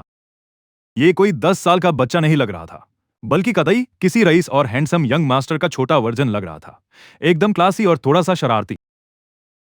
पे युआन ने अपना चेहरा पकड़ लिया और चिल्लाई, मेरा तो अभी तुझसे शादी करने का मन कर रहा है, अब मैं क्या करूं? यहां तक कि लियू रुयान भी कतई दंग रह गई। उसके कदमों में साफ घबराहट दिख रही थी। मैं थक गई हूं, मैं सोने जा रही हूं। उसने बस इतना कहा और बिना पीछे मुड़े सीधा सेकंड फ्लोर की तरफ भाग गई, यहां तक कि मुझे गुड नाइट कहना भी भूल गए। धड़ाक! बाहर कतई जोर से बिजली कड़की और लाइटें भी 2 बार झपच पाईं। मैं सीढ़ियों पर खड़ा अपनी ठोड़ी सहला रहा था और मेरे होठों पर एक कतई शातिर स्माइल थी। है? एक परफेक्ट मुफ्तखोर के लिए कतई सही मौका आ गया है। अगर मैं अभी अपना प्यार नहीं दिखाऊंगा तो फिर कब दिखाऊंगा? ये सिर्फ इंप्रेशन जमाने के लिए नहीं है, बल्कि वो बड़ा सा बेड और कतई कंफर्टेबल बॉडी पिलो बहुत ज्यादा टेम्पटिंग है। 5 मिनट बाद अपने नने डायनासोर वाले पजामे पहनकर और अपना छोटा तकिया सीने से चिपकाए मैं लियू रुयान के बेडरूम के दरवाजे पर खड़ा कतई गहरी सांस ले रहा था। चलो भाई, अब असली ड्रामा शुरू करते हैं। खट खट खट। मैंने कतई सावधानी से दरवाजा खटखटाया। अंदर से कोई हलचल नहीं हुई, बस बाहर कतई जोर जोर से बादल गरज रहे थे। खट खट। इस बार मैंने थोड़ा और जोर लगाकर नॉक किया। रुयान दीदी, क्या आप अंदर हो? काफी देर बाद कमरे के अंदर से लियू रुयान की कतई दबी हुई और ठंडी आवाज आई। थोड़ी ही देर बाद वो एक टूटा हुआ कटोरा लेकर आई और कतई धप से मेरे पैरों के पास फेंक दिया। कटोरे में सूखे और कट ब्रेड के 2 टुकड़े थे और आधा कटा हुआ सेब था, जो ना जाने कब से बाहर रखा था, क्योंकि उसका रंग कतई पीला पड़ चुका था। मामा वांग बोली, ये लो, खा लो इसे, ये तुम्हारे लिए एक छोटा सा गिफ्ट है। मामा वांग ने अपने हाथ झाड़े और मुझे कतई नीची नजर से देखने लगी। वो बोली, लियू फैमिली में रहना है तो तुम्हें लियू फैमिली के रूल्स मानकर चलना होगा। बड़ी बिटिया कतई दयालु है जो उन्होंने तुम्हें बाहर नहीं फेंका।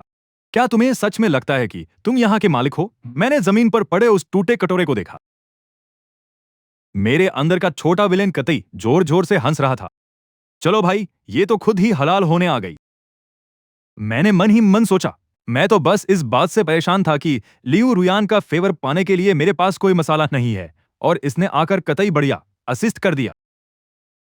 ये कोई बुरी नौकरानी नहीं है, ये तो कतई वो जरिया है जिसे मेरा फेवर स्कोर बढ़ाने के लिए यहां भेजा गया है। अंतो मैं गुस्सा हुआ और न ही मैंने उस कटोरे को लात मारी, बल्कि मैं नीचे झुका और कतई शरीफ बच्चा बनकर उस टूटे कटोरे को उठा लिया। मैंने मामा वांग को एक कतई प्यारी स्माइल दी और कहा, थैंक यू मामा वांग। मामा वांग तो कतई हक्की बक्की रह गई। उसने सोचा, क्या यह बच्चा कतई इडियट है? कचरा खा रहा है और फिर भी थैंक यू बोल रहा है। मामा वांग कतई टशन में फुंकारते हुए बोली, चलो कम से कम तुम्हें अपनी औकात तो पता है। मामा वांग वापस मुड़कर अपने खरबूजे के बीज छीलने लगी। उसे कतई अंदाजा नहीं था कि मेरी आंखों में कैसी शातिर चमक आई है। इतना कंफर्टेबल, ये गद्दा पक्का कुछ मिलियन डॉलर्स का होगा, है ना? इस पर लेटकर कतई बादलों पर सोने वाली फीलिंग आ रही है और इस ब्लैंकेट से लियू रुयान की वो कतई क्लासी खुशबू आ रही है। मैंने खुद को ब्लैंकेट में कतई छुपा लिया, बस मेरी बड़ी बड़ी आंखें दिख रही थी जिनसे मैं उसे टकटकी लगाकर देख रहा था। दीदी, क्या आप नहीं सोओगी? धड़ाक! कतई जोर से बिजली कड़की। लियू रुयान डर के मारे कतई थर थर कांपने लगी। अब अपनी इमेज की परवाह छोड़कर उसने सीधा ब्लैंकेट हटाया और कतई अंदर घुस गई। उसने मेरी तरफ पीठ कर ली और कतई सिमट कर बैठ गई। अपने हाथों से उसने कान मजबूती से बंद कर रखे थे। मैं ब्लैंकेट के अंदर ही सरकते हुए धीरे धीरे उस कांपती हुई पीठ के कतई पास पहुंच गया। ये औरतें भी ना, वैसे तो कतई स्ट्रांग बनती हैं, पर बिजली कड़कते ही इन्हें मर्द का ही सहारा चाहिए होता है। भले ही अभी मैं आधा मर्द ही हूं, पर मैंने अपना छोटा सा हाथ बढ़ाया और पीछे से धीरे से उसकी कमर पर कतई हाथ रख दिया। भाई, क्या मस्त फीलिंग है, कतई स्मूथ और गर्म। डरो मत, मैंने उसके पीछे फुसफुसाते हुए अपना गाल उसकी पीठ पर कतई रगड़ दिया। शाओबा यहां है तुम्हें प्रोटेक्ट करने के लिए। मेरे पास पेई दीदी का गोल्डन बाउल है और एन की दीदी का जहर। ये बिजली वाला भगवान अंदर आने की कतई हिम्मत नहीं करेगा। लियू रुयान की बॉडी कतई तुरंत अकड़ गई। वो सच में स्ट्रगल करना चाहती थी ताकि मेरे इस कतई आवारा हाथ को पीछे धकेल सके। चुप करो। लियू रुयान ने अपने होठ पींच लिए। उसकी आवाज कतई रुआन सी लग रही थी। कैसे डर लग रहा है? मुझे तो बस थोड़ी कतई ठंड लग रही है। मैं जमीन पर बैठकर अपने हाथ के जख्म को देख रहा था और फिर अपनी फटी हुई पैंट को। मेरे होठों पर धीरे धीरे एक कतई बेरहम मुस्कान आ गई। वो छोटी काली नोटबुक निकालकर मैंने उसमें ये नया रिकॉर्डेड किया। गुनहगार वांग जिनबाओ, चार्जेस कतई अपग्रेड कर दिए गए हैं। पहला, कस्टम टेलर ट्राउजर्स की एक जोड़ी खराब की जिसे खुद लियू रुयान ने चुना था। वैल्यू 88,000। इमोशनल डिस्ट्रेस के लिए कंपनसेशन कतई 10 गुना ज्यादा सजेस्ट किया जाता है। दूसरा, सुपरस्टार पे युआन के लिए बनाया गिफ्ट वाला पोर्ट्रेट फाड़ दिया।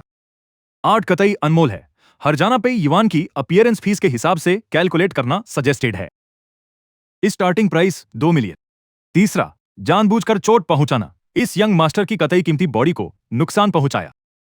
कंक्लूजन, वांग फैमिली की बैंकरप्सी और एसेट लिक्विडेशन के लिए सीधा अप्लाई करना रिकमेंडेड है। स्कूल की बेल बजी। स्कूल गेट अभी भी लग्जरी गाड़ियों से कतई भरा हुआ था। मैंने अपना स्कूल बैग नहीं पहना था। उसकी स्ट्रैप टूट चुकी थी। मैं उन फटे हुए कागजों के ढेर को सीने से लगाए अपनी फटी पैंट घसीटते हुए कतई लंगड़ाकर बाहर निकला। मेरे हाथ का खून अब कतई सूख चुका था। शर्ट पर वो गहरे लाल रंग का निशान कतई डरावना लग रहा था। आसपास चमकते अमीर बच्चों के बीच में कतई ऐसा लग रहा था जैसे किसी रिफ्यूजी कैंप से भागा हुआ लड़का हो। ओए, क्या ये गुईबा नहीं है? भाई, इसकी कतई ऐसी हालत कैसे हो गई? ये तो कतई बहुत ही ज्यादा टाइट है। दीदी, आपके कपड़े पहले ही कतई इतने छोटे हैं। अगर आप मुझे ऐसे गले लगाओगी तो मैं अपना चेहरा कहां रखूंगा? मेरा चेहरा एक ऐसी सॉफ्ट जगह पर दब गया था जहां कतई दम ही घुटने लगा। मेरी नाक कतई उस स्वीट शावर जेल की खुशबू से भर गई थी। मेरा दिल कतई तुरंत 180 की रफ्तार से धड़कने लगा। शांत हो जा बेटा, मुझे कतई शांत होना पड़ेगा। मैंने खुद को शांत रहने के लिए कहा। ये सब तो होना ही था। आखिर मैं कतई आपको कंफर्ट जो दे रहा हूं। पर ये फीलिंग, ये इलास्टिसिटी, भाई कोई मुझे बचा लो। ये तूफानी रात वाला कोई नॉर्मल हग नहीं है। ये तो कतई नर्क का 18वां लेवल है जो मेरे सब्र का इम्तिहान ले रहा है। मेरा शरीर कतई लकड़ी की तरह अकड़ गया था और मैं 1 इंच भी हिलने की हिम्मत नहीं कर पा रहा था। मुझे डर था कि कहीं ये आवारा बॉडी रिएक्ट ना कर दे और अगर लियू रुयान को पता चला तो वो कतई मेरा गेम वही ओवर कर देगी। बाहर अभी भी बिजली कड़क रही थी पर मेरी बाहों में इस औरत की सांसें कतई अब धीरे धीरे गहरी और स्टेबल हो रही थी। लियू रुयान सच में कतई बहुत थकी हुई लग रही थी। शायद उसे अब कतई एक सेंस ऑफ सिक्योरिटी मिल गई थी। उसके हाथ, जो हमेशा कतई चौंकने रहते थे, अब ढीले होकर मेरी कमर और तकिए पर टिके थे। अंधेरे में मेरी आंखें कतई ऐसे खुली रह गई जैसे मैं रोना चाहता हूं पर आंसू नहीं निकल रहे। लो भाई, हो गया काम। अब तो मैं आज रात कतई नहीं सो पाऊंगा। ये मुफ्त की रोटी कतई सच में बहुत टेस्टी है। उसने मुझे अपनी बाहों में खींच लिया और कतई जोर से गले लगा लिया। उसे इस बात की रत्ती भर भी परवाह नहीं थी कि वो गंदे ग्लू के दाग उसकी 10,000 युआन वाली लेदर जैकेट को कतई खराब कर देंगे। पगले लड़के, उस फटी हुई ड्राइंग की किसे परवाह है? पे युआन कतई तेजी से उठी और मुझे अपने पीछे छुपा लिया। उसने अपने आसपास नजरें घुमाईं और फाइनली उसकी नजर वांग जिनबाओ पर पड़ी जो अपनी मर्सिडीज वैन में कतई दुबकने की फिराक में था। पे युआन ने अपना हाथ उठाया और अपने कतई लाल नाखून से सीधा वांग जिनबाओ की तरफ इशारा किया। ओए, गैस टैंक जैसे कपड़े पहनने वाले मोटे, अपनी गांड घसीटते हुए कतई यहां आ।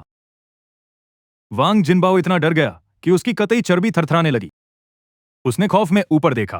कार के बाहर पे ही युआन हाथ कमर पर रखकर खड़ी थी और उसके खूबसूरत चेहरे पर वो कतई ठंडी मुस्कान थी जिसे देखकर रोंगटे खड़े हो जाएं। भागने की कोशिश कर रहा है। पे युआन ने अपनी च्युइंग गम चबाई और उसका टोन कतई हल्का पर खतरनाक था। अभी तो तू कतई बड़ा टशन दिखा रहा था। तुझे किसी को धूल चटानी थी ना? आजा भाई, मुझे भी दिखा। तू मेरे छोटे भाई को धूल कतई कैसे चटवाएगा? वांग जिनबाओ इतना डर गया कि उसकी नाक से कतई बुलबुले निकलने लगे। भाई, वो पे युआन है, एंटरटेनमेंट इंडस्ट्री का वो तूफान जो वैरायटी शोज में नंगे हाथों से सांप पकड़ लेती है और कतई जमीन आसमान किसी से नहीं डरती। जो पेरेंट्स अपने बच्चों को लेने आए थे वो भी रुक गए और फोन निकालकर कतई वीडियो बनाने लगे। ये जिंघाई सिटी की कतई एक्सक्लूसिव ब्रेकिंग न्यूज थी। तभी स्कूल की बिल्डिंग से यूनिफॉर्म पहने कुछ लोगों का ग्रुप कतई भागता हुआ बाहर आया।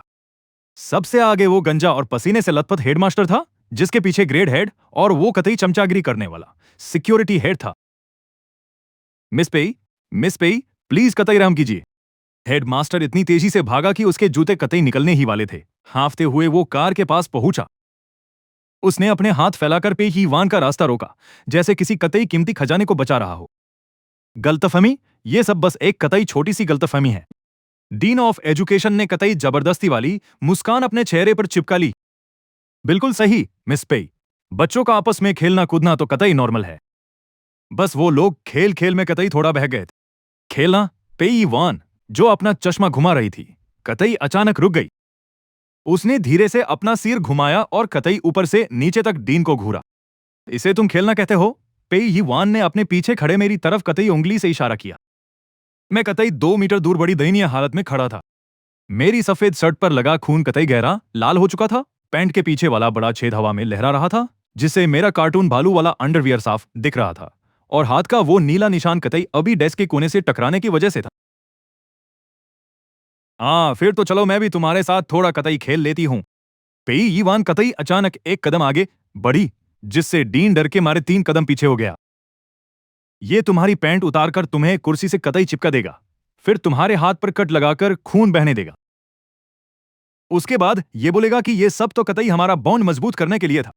क्या तुम्हें खुशी होगी? डीन का चेहरा कतई हरा पड़ गया और वो बिना एक शब्द बोले हकलाने लगा। मिस पेई, मिस पेई, ये वैसी बात नहीं है। कैसे वैसी बात नहीं है?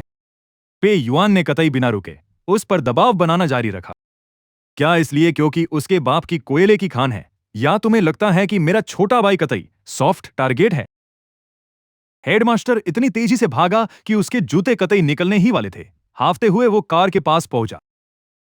उसने अपने हाथ फैलाकर पेई यीवान का रास्ता रोका, जैसे किसी कतई कीमती खजाने को बचा रहा हो। गलतफहमी, ये सब बस एक कतई छोटी सी गलतफहमी है। डीन ऑफ एजुकेशन ने कतई जबरदस्ती वाली मुस्कान अपने चेहरे पर चिपका ली। बिल्कुल सही मिस पेई, बच्चों का आपस में खेलना कूदना तो कतई नॉर्मल है। बस वो लोग खेल खेल में कतई थोड़ा बहक गए थे। खेलना, पेई यीवान जो अपना चश्मा घुमा रही थी, कतई अचानक रुक गई। उसने धीरे से अपना सिर घुमाया और कतई ऊपर से नीचे तक डीन को घूरा। इसे तुम खेलना कहते हो? पेई यीवान ने अपने पीछे खड़े मेरी तरफ कतई उंगली से इशारा किया। मैं कतई 2 मीटर दूर बड़ी दयनीय हालत में खड़ा था। मेरी सफेद शर्ट पर लगा खून कतई गहरा लाल हो चुका था। पैंट के पीछे वाला बड़ा छेद हवा में लहरा रहा, जिससे मेरा कार्टून भालू वाला अंडरवियर साफ दिख रहा था। और हाथ का वो नीला निशान कतई अभी डेस्क के कोने से टकराने की वजह से। फिर तो चलो मैं भी तुम्हारे साथ थोड़ा कतई खेल लेती हूं। पे यीवान कतई अचानक एक कदम आगे बढ़ी, जिससे डीन डर के मारे 3 कदम पीछे हो गया। ये तुम्हारी पैंट उतारकर तुम्हें कुर्सी से कतई चिपका देगा, फिर तुम्हारे हाथ पर कट लगाकर खून बहने देगा। उसके बाद ये बोलेगा कि ये सब तो कतई हमारा बॉन्ड मजबूत करने के लिए था। क्या तुम्हें खुशी होगी? डीन का चेहरा कतई हरा पड़ गया और वो बिना एक शब्द बोले हकलाने लगा। मिस पेई, मिस पेई, ये वैसी बात नहीं है। कैसे वैसी बात नहीं है? पे युआन ने कतई बिना रुके उस पर दबाव बनाना जारी रखा। क्या इसलिए क्योंकि उसके बाप की कोयले की खान है, या तुम्हें लगता है कि मेरा छोटा भाई कतई सॉफ्ट टारगेट है? हेडमास्टर इतनी तेजी से भागा कि उसके जूते कतई निकलने ही वाले थे। हाफते हुए वो कार के पास पहुंचा। उसने अपने हाथ फैलाकर पेई यीवान का रास्ता रोका, जैसे किसी कतई कीमती खजाने को बचा रहा हो। गलतफहमी, ये सब बस एक कतई छोटी सी गलतफहमी है। डीन ऑफ एजुकेशन ने कतई जबरदस्ती वाली मुस्कान अपने चेहरे पर चिपका ली। बिल्कुल सही मिस पेई, बच्चों का आपस में खेलना कूदना तो कतई नॉर्मल है। बस वो लोग खेल खेल में कतई थोड़ा बहक गए थे। खेलना, पेई यीवान जो अपना चश्मा घुमा रही थी, कतई अचानक रुक गई। उसने धीरे से अपना सिर घुमाया और कतई ऊपर से नीचे तक डीन को घूरा। इसे तुम खेलना कहते हो? पेई यीवान ने अपने पीछे खड़े मेरी तरफ कतई उंगली से इशारा किया। मैं कतई 2 मीटर दूर बड़ी दयनीय हालत में खड़ा था। मेरी सफेद शर्ट पर लगा खून कतई गहरा लाल हो चुका था। पैंट के पीछे वाला बड़ा छेद हवा में लहरा रहा था, जिससे मेरा कार्टून बालू वाला अंडरवियर साफ दिख रहा था। और हाथ का वो नीला निशान कतई अभी डेस्क के कोने से टकराने की वजह से था। फिर तो चलो मैं भी तुम्हारे साथ थोड़ा कतई खेल लेती हूं। पे यीवान कतई अचानक एक कदम आगे बढ़ी, जिससे डीन डर के मारे 3 कदम पीछे हो गया। ये तुम्हारी पैंट उतारकर तुम्हें कुर्सी से कतई चिपका देगा, फिर तुम्हारे हाथ पर कट लगाकर खून बहने देगा। उसके बाद ये बोलेगा कि ये सब तो कतई हमारा बॉन्ड मजबूत करने के लिए था। क्या तुम्हें खुशी होगी? डीन का चेहरा कतई हरा पड़ गया और वो बिना एक शब्द बोले हकलाने लगा। मिस पे, मिस पे, ये वैसी बात नहीं है। कैसे वैसी बात नहीं है? पे युआन ने कतई बिना रुके उस पर दबाव बनाना जारी रखा। क्या इसलिए क्योंकि उसके बाप की कोयले की खान है, या तुम्हें लगता है कि मेरा छोटा भाई कतई सॉफ्ट टारगेट है? हेडमास्टर इतनी तेजी से भागा कि उसके जूते कतई निकलने ही वाले थे। हाफते हुए वो कार के पास पहुंचा। उसने अपने हाथ फैलाकर पे ईवान का रास्ता रोका, जैसे किसी कतई कीमती खजाने को बचा रहा हो। गलतफहमी? ये सब बस एक कतई छोटी सी गलतफहमी है। डीन ऑफ एजुकेशन ने कतई जबरदस्ती वाली मुस्कान अपने चेहरे पर चिपका ली। बिल्कुल सही, मिस पेई। बच्चों का आपस में खेलना कूदना तो कतई नॉर्मल है। बस वो लोग खेल खेल में कतई थोड़ा बहक गए थे। खेलना? पेई यीवान, जो अपना चश्मा घुमा रही थी, कतई अचानक रुक गई। उसने धीरे से अपना सिर घुमाया और कतई ऊपर से नीचे तक डीन को घूरा। इसे तुम खेलना कहते हो? पेई यीवान ने अपने पीछे खड़े मेरी तरफ कतई उंगली से इशारा किया। मैं कतई 2 मीटर दूर बड़ी दयनीय हालत में खड़ा था। मेरी सफेद शर्ट पर लगा खून कतई गहरा लाल हो चुका था। पैंट के पीछे वाला बड़ा छेद हवा में लहरा रहा था, जिससे मेरा कार्टून भालू वाला अंडरवियर साफ दिख रहा था, और हाथ का वो नीला निशान कतई अभी डेस्क के कोने से टकराने की वजह से था। फिर तो चलो मैं भी तुम्हारे साथ थोड़ा कतई खेल लेती हूं। पे यीवान कतई अचानक एक कदम आगे बढ़ी, जिससे डीन डर के मारे 3 कदम पीछे हो गए। ये तुम्हारी पैंट उतारकर तुम्हें कुर्सी से कतई चिपका देगा, फिर तुम्हारे हाथ पर कट लगाकर खून बहने देगा। उसके बाद ये बोलेगा कि ये सब तो कतई हमारा बॉन्ड मजबूत करने के लिए था। क्या तुम्हें खुशी होगी? डीन का चेहरा कतई हरा पड़ गया और वो बिना एक शब्द बोले हकलाने लगा। मिस पेई, मिस पेई, ये वैसी बात नहीं है। कैसे वैसी बात नहीं है? पे युआन ने कतई बिना रुके उस पर दबाव बनाना जारी रखा। क्या इसलिए क्योंकि उसके बाप की कोयले की खान है, या तुम्हें लगता है कि मेरा छोटा भाई कतई सॉफ्ट टारगेट है? हेडमास्टर इतनी तेजी से भागा कि उसके जूते कतई निकलने ही वाले थे। हाफते हुए वो कार के पास पहुंचा। उसने अपने हाथ फैलाकर पे यीवान का रास्ता रोका, जैसे किसी कतई कीमती खजाने को बचा रहा हो। गलतफहमी? ये सब बस एक कतई छोटी सी गलतफहमी है। डीन ऑफ एजुकेशन ने कतई जबरदस्ती वाली मुस्कान अपने चेहरे पर चिपका ली। बिल्कुल सही, मिस पे। बच्चों का आपस में खेलना कूदना तो कतई नॉर्मल है। बस वो लोग खेल खेल में कतई थोड़ा बह गए थे। खेलना? पे यीवान, जो अपना चश्मा घुमा रही थी, कतई अचानक रुक गई। उसने धीरे से अपना सिर घुमाया और कतई ऊपर से नीचे तक डीन को घूरा। इसे तुम खेलना कहते हो? पे यीवान ने अपने पीछे खड़े मेरी तरफ कतई उंगली से इशारा किया। मैं कतई 2 मीटर दूर बड़ी दयनीय हालत में खड़ा था। मेरी सफेद शर्ट पर लगा खून कतई गहरा लाल हो चुका था। पैंट के पीछे वाला बड़ा छेद हवा में लहरा रहा था, जिससे मेरा कार्टून भालू वाला अंडरवियर साफ दिख रहा था, और हाथ का वो नीला निशान कतई अभी डेस्क के कोने से टकराने की वजह से था। फिर तो चलो मैं भी तुम्हारे साथ थोड़ा कतई खेल लेती हूं। पे यीवान कतई अचानक एक कदम आगे बढ़ी, जिससे डीन डर के मारे 3 कदम पीछे हो गया। ये तुम्हारी पैंट उतारकर तुम्हें कुर्सी से कतई चिपका देगा, फिर तुम्हारे हाथ पर कट लगाकर खून बहने देगा। उसके बाद ये बोलेगा कि ये सब तो कतई हमारा बॉन्ड मजबूत करने के लिए था। क्या तुम्हें खुशी होगी? डीन का चेहरा कतई हरा पड़ गया और वो बिना एक शब्द बोले हकलाने लगा। मिस पे, मिस पे, ये वैसी बात नहीं है। कैसे वैसी बात नहीं है? पे युआन ने कतई बिना रुके उस पर दबाव बनाना जारी रखा। क्या इसलिए क्योंकि उसके बाप की कोयले की खान है, या तुम्हें लगता है कि मेरा छोटा भाई कतई सॉफ्ट टारगेट है?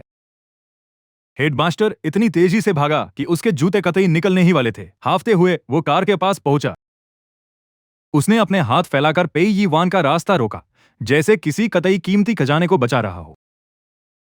गलतफहमी? ये सब बस एक कतई छोटी सी गलतफहमी है। डीन ऑफ एजुकेशन ने कतई जबरदस्ती वाली मुस्कान अपने चेहरे पर चिपका ली। बिल्कुल सही, मिस पे। बच्चों का आपस में खेलना कूदना तो कतई नॉर्मल है। बस वो लोग खेल खेल में कतई थोड़ा बह गए थे। खेलना? पे यीवान, जो अपना चश्मा घुमा रही थी, कतई अचानक रुक गई। उसने धीरे से अपना सिर घुमाया और कतई ऊपर से नीचे तक डीन को घूरा।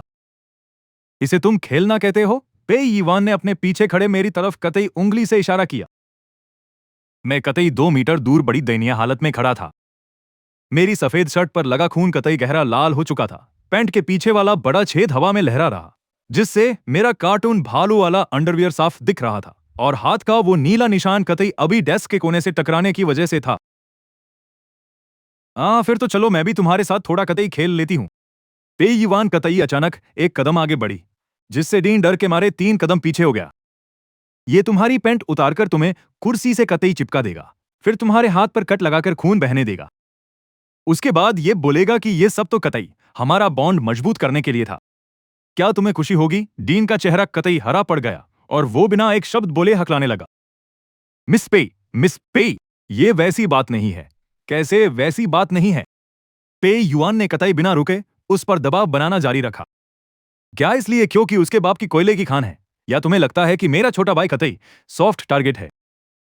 हेडमास्टर इतनी तेजी से भागा कि उसके जूते कतई निकलने ही वाले थे। हाफते हुए वो कार के पास पहुंचा।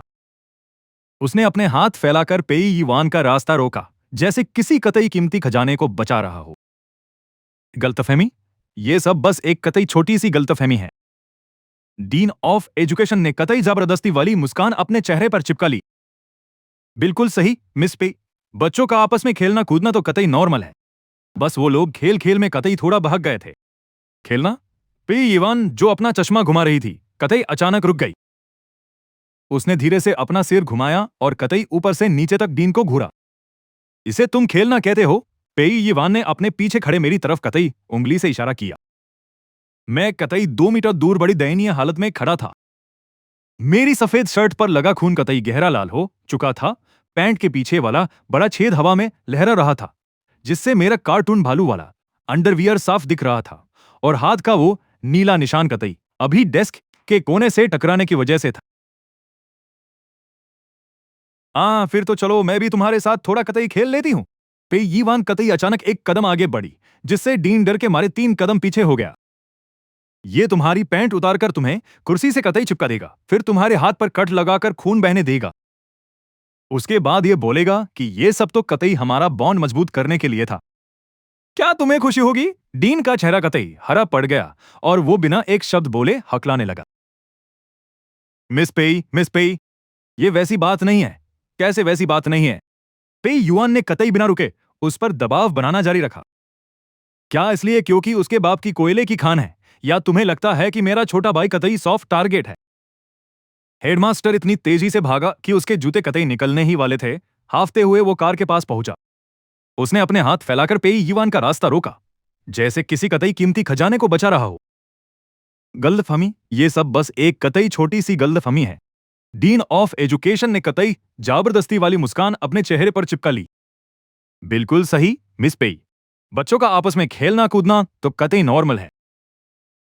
बस वो लोग खेल खेल में कतई थोड़ा बहक गए थे। खेलना? पे यीवान जो अपना चश्मा घुमा रही थी, कतई अचानक रुक गई। उसने धीरे से अपना सिर घुमाया और कतई ऊपर से नीचे तक डीन को घूरा। इसे तुम खेलना कहते हो? पेई यीवान ने अपने पीछे खड़े मेरी तरफ कतई उंगली से इशारा किया। मैं कतई 2 मीटर दूर बड़ी दयनीय हालत में खड़ा था। मेरी सफेद शर्ट पर लगा खून कतई गहरा लाल हो चुका था। पैंट के पीछे वाला बड़ा छेद हवा में लहरा रहा था, जिससे मेरा कार्टून भालू वाला अंडरवियर साफ दिख रहा था और हाथ का वो नीला निशान कतई अभी डेस्क के कोने से टकराने की वजह से था। फिर तो चलो मैं भी तुम्हारे साथ थोड़ा कतई खेल लेती हूं।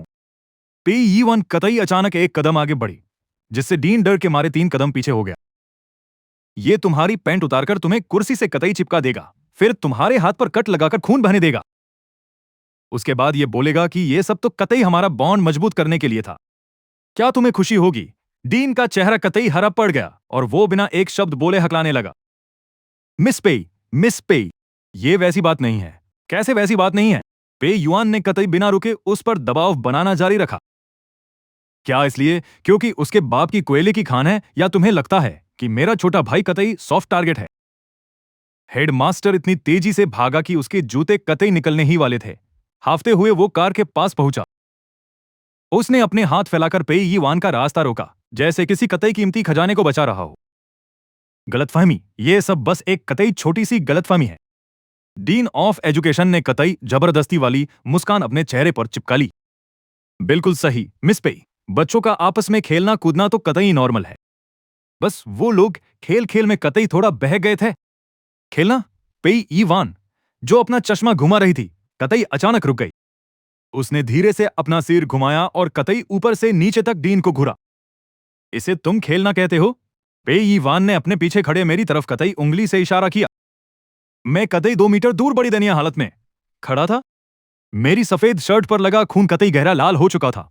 पैंट के पीछे वाला बड़ा छेद हवा में लहरा रहा था, जिससे मेरा कार्टून भालू वाला अंडरवियर साफ दिख रहा था, और हाथ का वो नीला निशान कतई अभी डेस्क के कोने से टकराने की वजह से था। फिर तो चलो मैं भी तुम्हारे साथ थोड़ा कतई खेल लेती हूं। पे यीवान कतई अचानक एक कदम आगे बढ़ी, जिससे डीन डर के मारे 3 कदम पीछे हो गया। ये तुम्हारी पैंट उतारकर तुम्हें कुर्सी से कतई चिपका देगा, फिर तुम्हारे हाथ पर कट लगाकर खून बहने देगा। उसके बाद ये बोलेगा कि ये सब तो कतई हमारा बॉन्ड मजबूत करने के लिए था। क्या तुम्हें खुशी होगी? डीन का चेहरा कतई हरा पड़ गया और वो बिना एक शब्द बोले हकलाने लगा। मिस पेई, ये वैसी बात नहीं है। कैसे वैसी बात नहीं है? पे युआन ने कतई बिना रुके उस पर दबाव बनाना जारी रखा। क्या इसलिए क्योंकि उसके बाप की कोयले की खान है, या तुम्हें लगता है कि मेरा छोटा भाई कतई सॉफ्ट टारगेट है? उल्टा मैं सीधा सिर के बल पे युआन की बाहों में जा घुसा, जिससे एक और फेशियल क्लिंजर अटैक शुरू हो गया। ओ भाई, इतना स्ट्रॉन्ग रिएक्शन! पे युआन को तुरंत इसमें इंटरेस्ट आने लगा। उसकी कटीली आंखें 200 वॉट के बल्ब की तरह चमक उठी। उसकी आंखें एकदम से चमक उठी। पक्का यहां कुछ तो गड़बड़ है, मुझे देखने दो। क्या ये किसी शरारती बच्चे का लव लेटर है? पे दीदी, ये मेरी प्राइवेट प्रॉपर्टी है, आपको देखने की परमिशन नहीं है। मैं इतना नर्वस हो गया कि मेरा चेहरा एकदम लाल पड़ गया। पैनिक में मेरे हाथ पांव कांपने लगे जब मैंने सोफे पर चढ़ने की कोशिश की। प्राइवेट, अब केई को भी चुल होने लगी। उसने अपना चश्मा ऊपर चढ़ाया और पास आ गई। ये बच्चा, मैंने इसे सिर से पैर तक अच्छे से स्कैन किया है। मुझे तो ये तक पता है कि इसके शरीर पर कितने तिल हैं। ऐसी कौन सी प्राइवेसी बची है भाई जिसके बारे में मुझे पता न हो? भले ही लियू रुयान ने कुछ नहीं बोला, पर उसने भी अपना टेबलेट साइड में रख दिया। उसके होठों पर एक शरारती और एक्साइटेड सी मुस्कान आ गई। पे युआन ने अपनी हाइट का पूरा फायदा उठाया। एक हाथ से उसने मेरे छटपटाते हुए नन्हे हाथ को कसकर पकड़ लिया और दूसरे हाथ से उसने पहला पेज पलटा। फिर अपनी उस जबरदस्त आवाज में उसने पूरे इमोशन के साथ पढ़ना शुरू किया। Sunny day. आज उस ओल्ड हैक पे युआन ने मुझे वो पिंक लेस वाली ड्रेस पहनने पर मजबूर किया, और मुझे उसे हर मेजेस्टी दी क्वीन बोलने के लिए फोर्स भी किया। अगर मैंने इस बात का रिवेंज नहीं लिया तो मैं कोई जेंटलमैन नहीं। जब मैं ये यंग मास्टर बड़ा हो जाऊंगा और मेरे पास पैसा होगा तो मैं पक्का दुनिया की सारी गंदी आउटफिट्स खरीदूंगा उससे पहनाने के लिए, और उससे रेड कारपेट पर नॉर्थ ईस्ट चाइना वाली वो बड़ी सी फ्लोरल जैकेट भी पहनाऊंगा। जैसे जैसे पे युआन आगे बढ़ती गई, उसकी टोन एकदम बदल गई। उसके चेहरे की वो स्मग स्माइल वहीं की वहीं फ्रीज हो गई। उसके माथे की एक नस गुस्से से फड़कने लगी। बुढ़िया कही कि नॉर्थ ईस्ट चाइना वाली बड़ी सी फ्लोरल जैकेट पहनाएगा मुझे। पे युआन ने धीरे से अपना सिर झुकाया और उसकी बाहों में कांपते हुए मुझे बड़े गौर से देखने लगी। उसकी स्माइल धीरे धीरे एकदम डरावनी और सिनिस्टर होती गई। लिटिल बॉस, तो तुम्हारे दिल में मेरे लिए ऐसी इमेज है? मैं भाई, ये तो बस एक मिसअंडरस्टैंडिंग है। ये तो बस एक आर्टिस्टिक क्रिएशन है यार, थोड़ा बड़ा चढ़ाकर लिखा है बस। पे दीदी, प्लीज मेरी सफाई तो सुन लो, या फिर यूं कहो कि एक्सप्लेनेशन। पर पे युआन ने एक नहीं सुनी और पेजेस पलटती रही। एक उदास दिन इस कोल्ड ब्लडेड डेमनस लियू रुयान ने मेरा मैंगो पुडिंग चुराने की हिम्मत की और ऊपर से सीरियस होने का नाटक कर रही थी कि उसे मेरे कैविटीज की फिक्र है, जबकि मैंने उसे साफ साफ किचन में छुपकर उससे गटकते हुए देखा था। उसके मुंह पर पुडिंग के टुकड़े लगे हुए थे। साफ पता चल रहा था कि उसे वो खुद चाहिए थी, पर ऊपर से एटीट्यूड दिखा रही थी। मैं ये उधार पहले नोट कर लेता हूं, बाद में मैं उसकी सारी हाई हिल्स की आइडिया काट दूंगा ताकि उसे सिर्फ फ्लैट्स ही पहनने पड़े। वहां का एटमॉस्फेयर पल भर में एकदम फ्रीज हो गया। लियू रुयान, जो अब तक बगल में बैठकर मजे से ये शो देख रही थी, उसका चेहरा भी देखने लायक था। वो स्माइल तुरंत गायब हो गई और पे युआन के चेहरे पर शिफ्ट हो गई। हाँ, पे युआन अपनी इमेज की फिक्र किए बिना पागलों की तरह हंसने लगी। लियू रुयान, मुझे पक्का पता था वो पुडिंग तुमने ही चुपके से ठोंकी थी और तुमने सारा ब्लेम घर के गोल्डन रिट्रीवर पर डाल दिया। ये कोल्ड ब्लडेड फीमेल डेविल और चुपके से पुडिंग खा रही है। हाँ भाई, अब और नहीं झेला जा रहा। हंसी के मारे मेरी जान निकल रही है। ये डिस्क्रिप्शन कतई एक्यूरेट है। लियू रुयान का चेहरा देखते ही देखते एकदम कड़ाही के तले जैसा काला पड़ गया। उसने अपनी आंखें सिकोड़ ली। उसकी पतली उंगलियां डाइनिंग टेबल पर एक रिदम में टैप करने लगी। उसकी हर टैप ऐसी थी जैसे सीधे मेरे दिल पर हथौड़ा बज रहा हो। खेल खत्म। इस बार तो मैं पक्का गया काम से। ये कोई रिवेंज नोटबुक नहीं है, ये तो साक्षात मेरा डेथ सर्टिफिकेट है। पर यह पब्लिक एग्जीक्यूशन अभी खत्म नहीं हुआ था। पे युआन को यह ड्रामा देखने में बड़ा मजा आ रहा था। उसे माहौल और बिगाड़ने में कोई डर नहीं लग रहा था। उसने सीधे तीसरा पेज पलट दिया। एक बारिश वाले दिन एन की एक परवर्टेड साइंटिस्ट है। आज वो किसी रिसर्च के लिए फिर से मेरा खून निकालना चाहती थी। उसने मुझसे झूठ तक बोला कि ये स्ट्रॉबेरी जूस है। अगर मैंने उसकी बात मान ली होती तो भाई मेरा तो गेम ओवर हो जाता। इस औरत के दिमाग में पक्का कोई मेजर प्रॉब्लम है। फ्यूचर में मैं इसे मेंटल हॉस्पिटल ले जाऊंगा और वहां इसके लिए एक वीआईपी कार्ड बुक करूंगा। एन की अपने मुंह में ब्रेड का एक टुकड़ा डालने ही वाली थी। यह सुनकर उसके हाथ कांपने लगे। ब्रेड का वो पीस सीधा उसके फेस पर जा चिपका। उसके पूरे फेस पर ग्रीन फ्रूट जैम पुत गया। अब उन तीनों औरतों में से किसी के फेस पर स्माइल नहीं बची थी। लिविंग रूम का एटमॉस्फेयर भाई कतई डरावना हो गया था। मैं सोफे के बीच में खड़ा था और मेरे हाथ अब भी कुछ पकड़ने वाली पोजीशन में थे। मेरी पूरी बॉडी एकदम पत्थर बन चुकी थी। मेरे सामने वो भेड़िया पे युआन खड़ी थी। पीछे वो लोमड़ी लियू रुयान और बगल में वो परवर्टन की अपना स्कैल्पल निकालने की तैयारी कर रही थी। भाई, अब इस मुसीबत से कैसे निकलूं?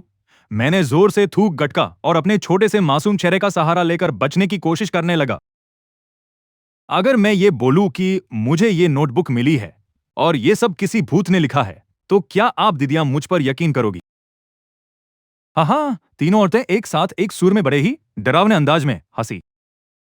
पे युआन ने नोटबुक बंद की और बड़े आराम से उसे कॉफी टेबल पर पटक दिया।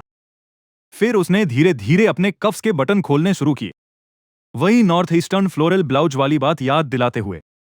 लियू रुयान खड़ी हुई और एक एक कदम बढ़ाते हुए पास आने लगी। उसकी हाई हिल्स की आवाज गूंज रही थी और उधर एनकी ने अपनी उंगलियां चटकाते हुए कड़कड़ की आवाज निकाली। मेंटल हॉस्पिटल का वीआईपी। एनकी ने अपने फेस से फ्रूट जैम पोंछा और अपनी पॉकेट से एक अजीब सा इंजेक्शन निकाला। मैं तब तक पीछे हटता रहा जब तक मेरी पीठ उस ठंडी दीवार से नहीं चिपक गई। अब पीछे हटने का कोई रास्ता नहीं था।